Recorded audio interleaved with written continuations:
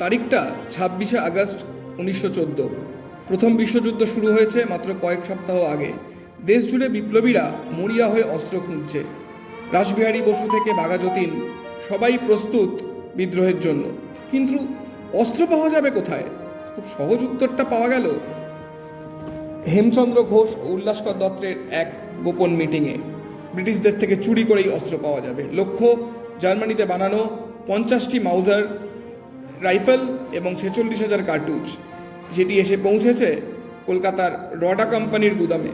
সেখান থেকে সেই অস্ত্র লুণ্ঠনের এক পরিকল্পনা করলেন এই বিপ্লবীরা।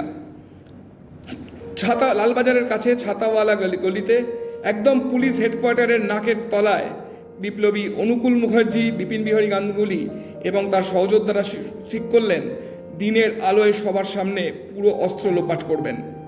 তাদের এক ইনসাইড ম্যান হাতিয়ার ছিলেন রডা কোম্পানির তরুণ কর্মচারী শ্রীশচন্দ্র মিত্র, ডাকনাম হাবু। অস্ত্রগুলো আসছিল কাস্টম হাউস ডালহৌসি স্কোয়ার থেকে রডার গুদামে ভ্যান্সিটার রোডে। 6টি গরুর গাড়ি যাবে স্বাভাবিক পথে পরিকল্পনা অনুযায়ী, একটি সপ্তম গাড়ি যেটি গোপন তা যাবে অন্য পথে। শ্রীশচন্দ্র পুরো চালান লোড করলেন প্রথম 6টি গাড়িতে বাদ দিয়ে একদম সপ্তম গাড়িতে, এবং সেই গাড়ির চালক হিসেবে ছদ্মবেশে ছিলেন হরিদাস দত্ত, সেজেছিলেন হিন্দুস্তানি গাড়োয়ান।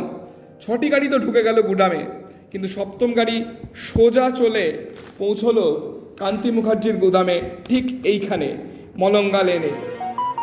নির্ধারিত গাড়ি যখন আসেনি তখন ভাড়া করে আনা হলো 2টো টাঙা। সেই অস্ত্রই ছড়িয়ে পড়ল সারা দেশে সমস্ত বিপ্লবীদের হাতে।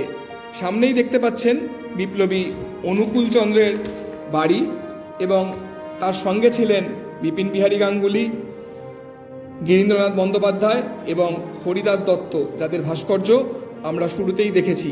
এই ইতিহাস আমাদের চোখের সামনে। কলকাতার রাস্তায় আপনারা যেখানেই হাঁটছেন একটু হেঁটে দেখবেন কোনো না কোনো নতুন গল্প আপনাদের সামনে রয়েছে শুধু খুঁজে বার করার জন্য। বন্দে মাতরম, সঙ্গে থাকবেন।